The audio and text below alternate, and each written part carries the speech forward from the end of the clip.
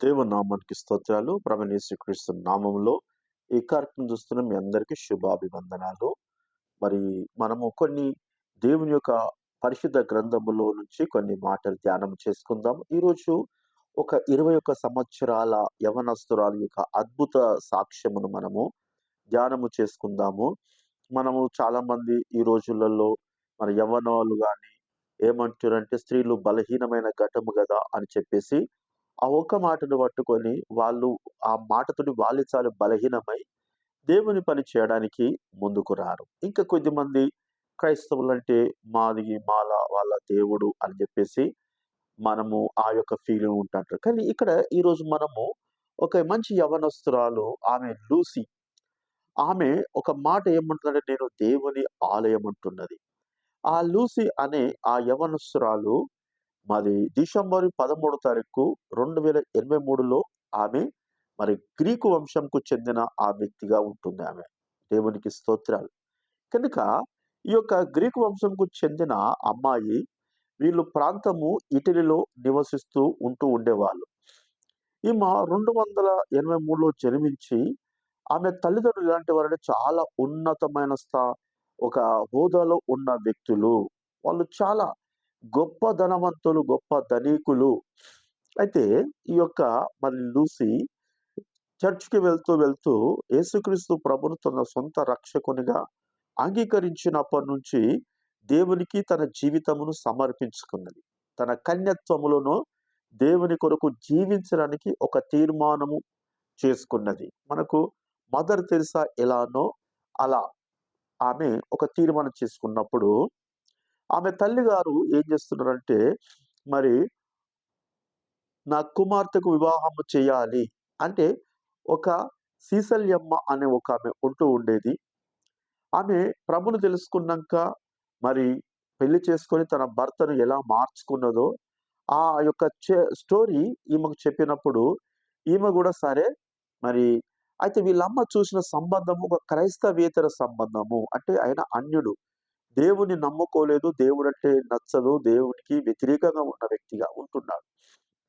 అయితే ఈమె అనుకుంటున్నది తన భర్తను మార్చుకొని ప్రభు కొరకు జీవించడానికి నేను కృషి చేస్తా అని చెప్పేసి ఆమె దేవునికి సమర్పించుకుంటానని చెప్పేసి ఒక తీర్మానం చేసింది. ఆ సమయంలో ఆమె లూసీ వాళ్ళ తల్లిగారు రక్తస్రావ రోగంతో చాలా బాధపడుతుంది. చాలా వేదన, చాలా శోధన, చాలా రోదన ఎంతో ఏడుస్తున్నప్పుడు మరి ప్రభువు ఎప్పుడైతే వీళ్ళు ప్రార్థన చేశారో అద్భుతంగా దేవుడు ఆమె తల్లికి స్వస్థత ఇచ్చాడు. దేవునికి స్తోత్రాలు. ఎప్పుడైతే స్వస్థత పొందిందో ఆమెకు దేవుని పట్ల మరింత కృతజ్ఞత, మరింత విశ్వాసం అనేది పెరిగింది. దేవునికి స్తోత్రాలు.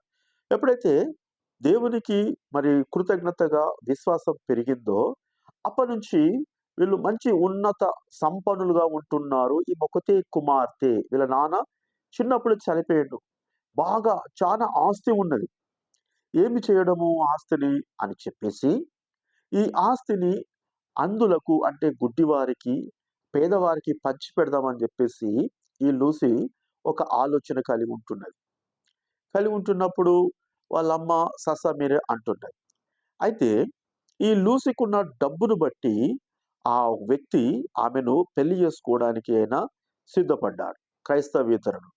పెళ్లి చేసుకోవడానికి సిద్ధపడ్డప్పుడు ఈ లూసీ అంధులకు మరి బీదవారికి డబ్బును పంచుతున్నప్పుడు ఆయన డబ్బు మీదనే ఆశ పెట్టుకొని ఈమెను పెళ్లి చేసుకోవడానికి సిద్ధపడ్డాడు గనుక ఆ డబ్బును అలా ఖర్చు పెట్టొద్దు, అలా చేయొద్దు అని చెప్పేసి ఆయన ఆమెకు చెప్తాడు పెళ్లి కాకముందే. చెప్పినప్పుడు ఆమె వినది. ఇది నా వ్యక్తిగతంగా నేను చేస్తున్న నా సొంత డబ్బు. దానికి నేను ఎవరి మాట ఇనని చెప్పేసి ఆ లూసీ అంటది. అప్పుడు వీళ్ళు ఉంటున్న ప్రాంతము రోమన్ ప్రాంతము. ఇటలీ వాళ్ళు రోమన్ ప్రాంతంలో ఉంటున్నారు. ఉంటున్నప్పుడు అప్పుడు ఈ క్రైస్తవులు అంటే రోమీలకు భయంకరమైన కోపము. ఇక్కడ ఈ వీళ్ళు రహస్యంగా ప్రభువును తెలుసుకొని ప్రభులో ఉంటున్నప్పుడు ఈ సిసిలి నగరపు గవర్నర్‌కు ఎవరైతే పెళ్లి చేసుకుంటా అనుకున్నాడో అతను తెలియజేస్తాడు. ఇక్కడ క్రైస్తవులున్నారు. మరి వాళ్ళు దేవుడంటే బాగా అని చెప్పేసి ఆమె గురించి మరి భయంకరంగా ఎక్కి చెప్తా అంటాడు. ఆ రోజుల్లో క్రైస్తవులను రోమీయులు బాగా అసహించుకునేవారు. ఎందుకంటే వీళ్ళు రోమా దేవతను ఆరాధించరు గనక, మరి దానితోటి మన దేవతలు మన మీద మనకు ప్రభావం చూపుతాయి గనక, క్రైస్తవం అనేది లేకుండా పోవాలంటే వాళ్ళని చిత్రహింసలకు అప్పగిస్తే, ఆ బాధ చూసి ఇంకొకళ్ళు గూడా మరి బాధపడుతూ విడిచిపెడతారని జెప్పేసి, ఆ యొక్క రోమా గవర్నరు ఆలోచన జేస్తున్నాడు. చేస్తున్న సమయంలో వీళ్ళు బాగా మరి భయంగా జీవిస్తున్నారు. రోమీయులకు భయపడకుండా జీవిస్తున్నారు.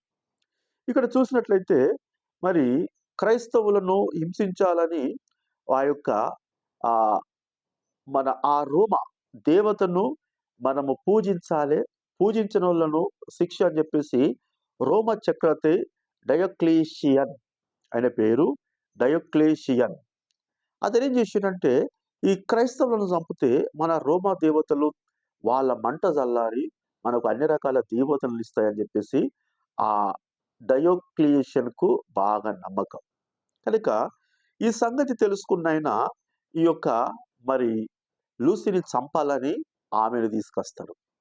ఆమెను తీసుకొచ్చిన తర్వాత ఆమె దేవుని యొక్క వాక్యాన్ని గుర్తు చేసుకుంటున్నది. యోహాను సువార్త 15వ అధ్యాయం 19వ వచనంలో 15, 19లో మీరు లోక సంబంధులైన ఎడల లోకము తన వారిని స్నేహించును. అయితే మీరు లోక సంబంధులు కారు. నేను మిమ్మును లోకములో నుండి ఏర్పరచుకుంటుని. అందుచేత లోకం మిమ్మును ద్వేషించుచున్నది. దేవునికి స్తోత్రాలు.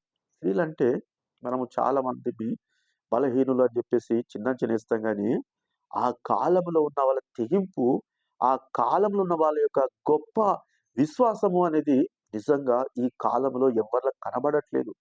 అందరూ లగ్జరీ లైఫ్‌కు, ఈ యొక్క ఫ్యాషన్‌కు, బ్యూటీషియన్‌కు, కాస్మెటిక్స్‌కు వీటికి ప్రియారిటీ ఇస్తున్నారు కానీ, దేవుని కొరకు నిలబడదాం అన్నోళ్ళు ఈ రోజులలో లేరు. వాళ్ళు సువార్తకెళ్ళాలంటే వాళ్ళేనా రాయల్‌గా తీసుకొత్తేనే వాళ్ళొస్తారు. డబ్బు లేనోళ్ళు గాదు. వాళ్ళకి డబ్బున్నా గానీ, తీసుకువెళ్ళే వ్యక్తి వాళ్ళ కోసం డబ్బు పెట్టాలె. తీసుకువెళ్ళే వ్యక్తి భోజనం పెట్టాలె. తీసుకువెళ్ళే వ్యక్తి తీసుకొత్తేనే వాళ్ళొస్తారు.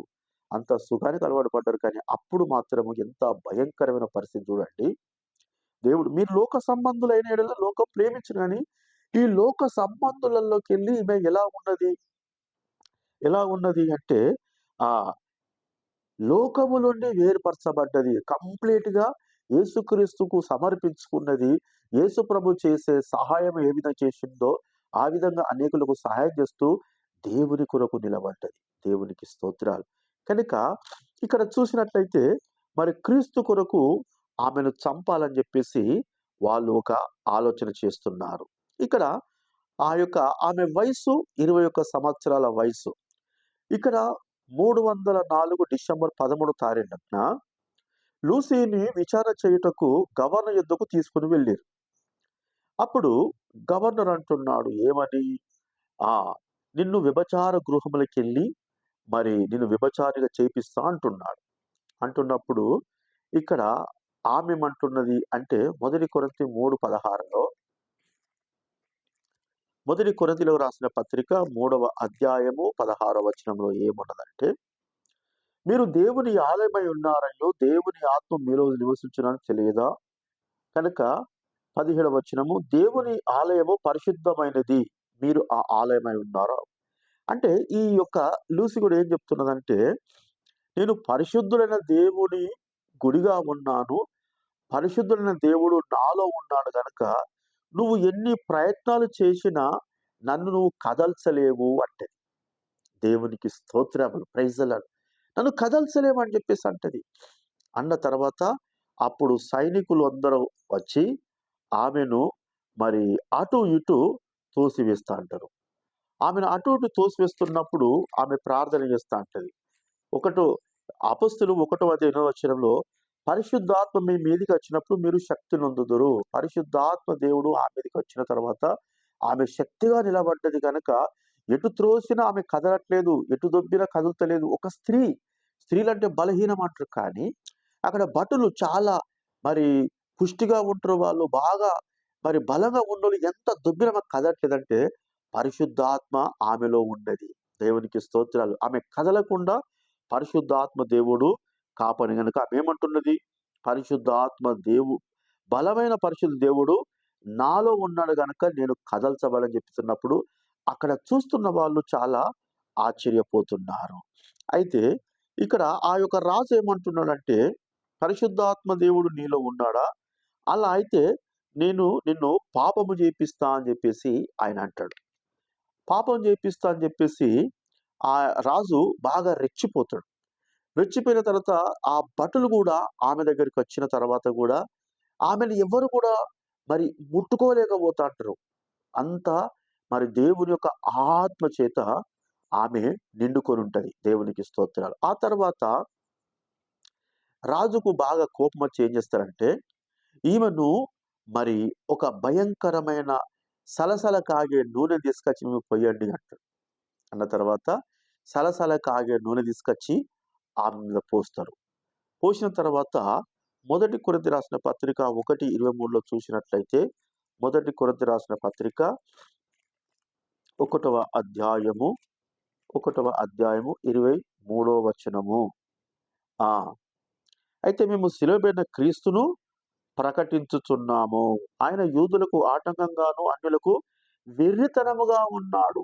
పిచ్చు అన్యులకు వెర్రితనంగా ఉన్నాడు. కానీ ఆమె సువార్తను మాత్రము ప్రకటిస్తూనే ఉన్నది. దేవునికి స్తోత్రాలు. అంత ఘోరమైన బాధను భరిస్తూ గూడా యేసుక్రీస్తే దేవుడు, యేసుక్రీస్తే రక్షకుడు అని చెప్పేసి అందరి ముంగట ధైర్యంగా చెప్పుతున్నది. అయితే, అయితే ఇప్పుడు నేను దేవుని ఆలయమనియు, దేవుడు నాలో ఉన్నాడన్న సంగతి మీకు అర్థమైందా? అని రాజుని అడుగుతాడు. అడిగినప్పుడు రాజుకి ఇంకా మరింత కోపమొస్తది. మరింత భయంకరమైన కోపమొచ్చి ఆమెను కత్తితో పొడిచి చంపండి అని చెప్పేసి అంటాడు. అన్న తర్వాత ఆమెను కత్తితో పొడిచి మరి చంపుతున్నప్పుడు ఆమె గొంతులో కత్తిని దించిన తర్వాత, యేసు నేను నిన్ను స్వీకరించు వరకు నన్ను అని చెప్పేసి ఆమె ఏం చేస్తున్నదంటే, ఆమె ప్రాణంతో పోరాడుతూనే మరి చేతులు జోడించి, యేసు ప్రభువా నన్ను నీలో చేర్చుకో అని చెప్పేసి ఆమె మరి 304 డిసెంబర్ 13వ తారీఖున ఆమె దేవుని యొక్క సన్నిధికి చేరుకున్నట్టు మనము చరిత్రను చూడగలము. కనుక లూసిలో ఉన్న ధైర్యము, లూసిలో ఉన్న తెగింపు, లూసిలో ఉన్న పట్టుదల ఎప్పుడైతే దేవుని వాక్యములో మనము నిలబడతామో, ఆ వాక్యం మనల్ని నిలబెడతది. కనుక పరిశుద్ధాత్మ మీ మీదకొచ్చినప్పుడు శక్తివంతుడు అంటున్నాడు. కనుక ఎన్ని ఆటంకాలు, ఎన్ని అభ్యంతరాలు, ఎన్ని ఇబ్బందులొచ్చినా గానీ, మరి ఆమె వాక్యములో ఉన్నది, దేవునికి సమర్పించుకున్నది, దేవునితో సహవాసం చేసింది గనుక, ఆ యొక్క బిడ్డ మరి ఈరోజు దేవుని కొరకు ఒక సాక్షిగా జీవించగలిగింది. కనుక ఇప్పుడున్న స్త్రీలు కూడా మరి అప్పటికన్నా కఠిన పరిస్థితులు లేవు గానీ, దేవుని కొరకు నిలబడడానికి ముందుకడగాలని మరి దేవుని యొక్క వాక్యము సెలవిస్తున్నది. కనుక మనము దేవుని ఆలయము, దేవుని ఆత్మ మనలో ఉన్నది కనుక మనం పిరికితనం ఆత్మ దేవుడు మనకు ఏలమాత్మ ఇచ్చిండట మనకు, ధైర్యం గల ఆత్మ ఇచ్చిండు. కొద్ది మాటలు ప్రభు మనం ఇంట్లో దీవించును గాక. ఆమేన్. Praise the lord.